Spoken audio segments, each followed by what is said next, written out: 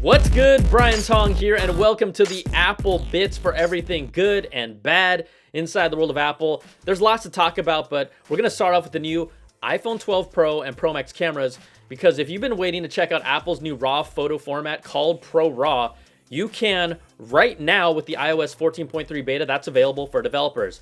Now, this feature only works with the 12 Pro and Pro Max, and taking photos in the RAW file format on the iPhone, it isn't actually new because apps like Halide and Visco have been able to do it for a while. The biggest advantage is the RAW format stores more color and tonal data that allows you to more easily edit it and stylize them compared to a JPEG that's processed and compressed before it's saved, which causes you to lose that photo data and information. Now, Apple's own ProRAW format will bring the characteristics of RAW while combining Apple's own Deep Fusion and Smart HDR, but the RAW format is not turned on by default, so in iOS 14.3's beta, if you have it, to turn it on, you'll need to go to Settings, then scroll down to find the camera, and then go to Formats. You'll see this new section called Photo Capture, and this is where you can turn on Apple ProRAW.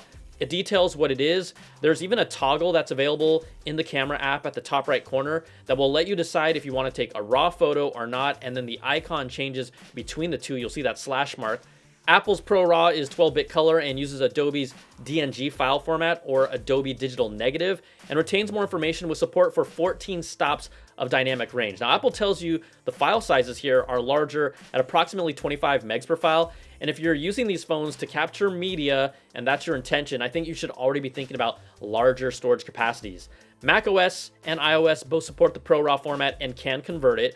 Apple's Photos apps can work with it as well, and you'll see the RAW photos will have a RAW tag on them.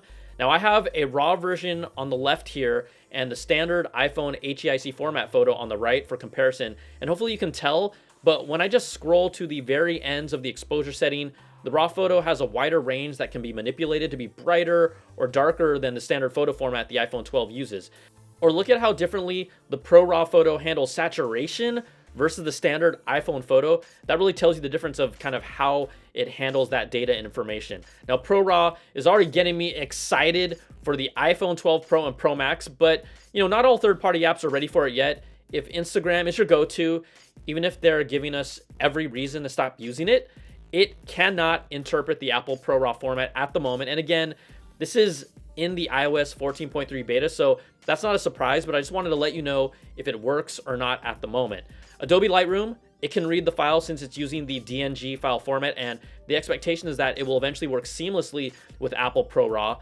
Apple teased that ProRAW would be coming to the new iPhone 12 Pro and Pro Max, but we'll see if it ends up making the cut with 14.3 when it goes out to the public, because just since this is in the beta, it doesn't always mean that we're going to get it in the official release.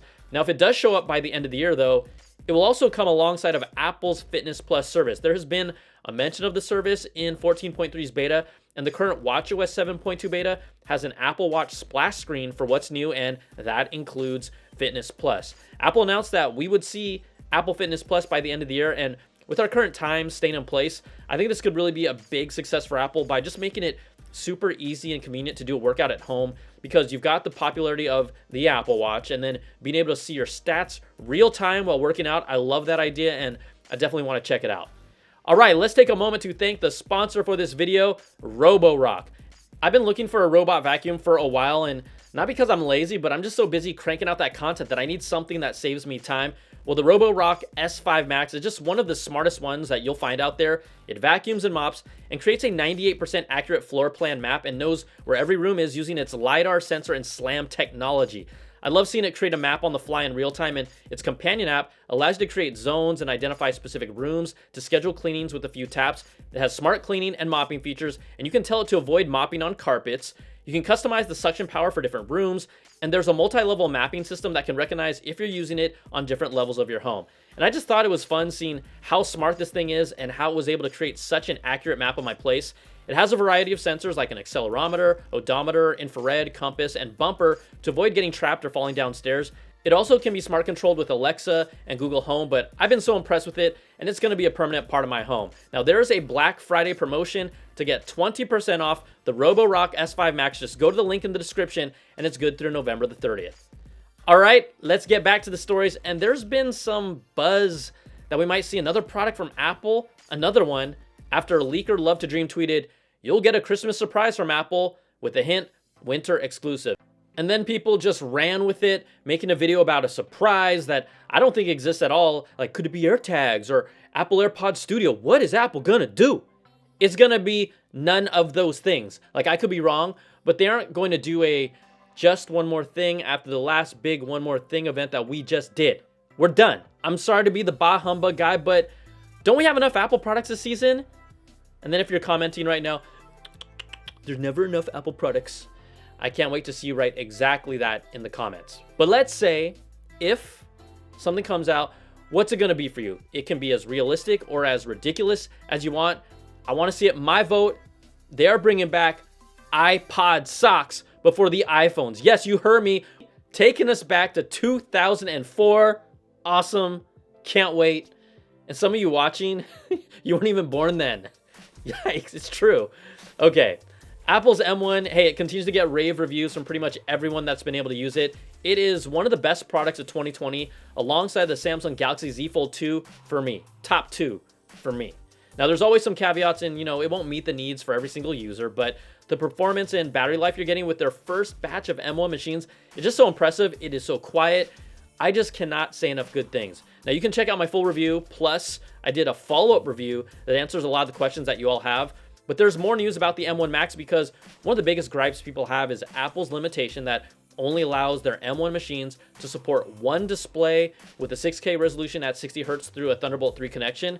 Now, the M1 Mac Mini can officially support one additional display through the HDMI port at 4K resolution and 60 Hz, so that gives it 2 displays. But you know what? Throw out everything you know, because YouTuber Ruslan Tulupov showcased how it's technically possible to support up to 5 displays over Thunderbolt at different resolutions using DisplayPort adapters and DisplayLink software. Just seeing it's possible could really make a difference for some users' workflow who were completely turned off by the idea of just one display working with their MacBook Air or MacBook Pro. Now, I've included the link to his video in the description for y'all to check out, but you can almost always count on the community to just figure something out. And another one of the gripes, specifically with the M1 Mac Mini, was the removal of support for 10 gigabit Ethernet. But Apple has listed an M1 based Mac Mini logic board with 10 gigabit Ethernet in an internal parts list, sparking buzz that it could be coming to Apple authorized service providers. Now, it could be a mistake in the system, but if there was hope for multiple displays and that worked out, maybe there's hope here. I like being positive. It doesn't make sense. It would be a repair part, but let's hope for a miracle. Right now, it's only Intel Mac Minis that Apple is still selling that have the 10 gigabit option, as well as 2 more additional Thunderbolt ports. Now, that's not the only new Apple product that we can talk about. If you're hoping to get your hands on the HomePod Mini, you might want to get on that, and fast, because orders here in the US for free shipping are already being pushed out to December 11th to the 18th, but it gets worse. Like the UK, France, and Spain delivery times, 5 to 6 weeks in either color. Germany has slipped to January. Ouch. Now, it's still at the top of my list for a great holiday gift for your apple juice drinking friend or loved one, and my review will be coming soon. But one product you can get, Apple's leather sleeve for the iPhone 12. This thing is really more of like a leather pouch with a strap on it and has a peekaboo window for $129. So yeah, that's a hard pass for me. Maybe not for you, but no thanks. And 'tis the season for a whole lot of gaming. You've been able to pair the PS4 and Xbox One X controllers with iOS devices previously, but that's not the case for the Xbox Series X or PS5 DualSense controllers. At least not yet, but Apple's support page did recently indicate that they are working with Microsoft to bring compatibility for the Xbox Series X controller in a future update, but no mention for the PS5 DualSense. So depending on which console you have, that could be a good Apple or a sad Apple. Or maybe you have both and you're one of those people that just likes to show off about it. Like, I have no idea who would be so annoying and just rub it in the face of others that they have both of the next-gen consoles. Like, what a jerk. That is so annoying. But hey, you know what? You should all be thankful, even if you got one. And if you don't have either, look, don't worry.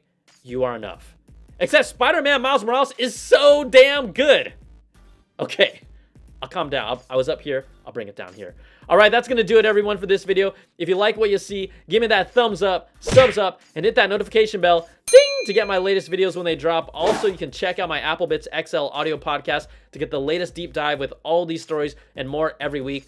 Thanks so much for watching, and I'll catch you next time. And look, is Apple going to do it? Are we going to see a Christmas surprise? I don't think so. Not going to happen. But take care, everybody. Be safe, and I'll talk to you soon. Peace and love.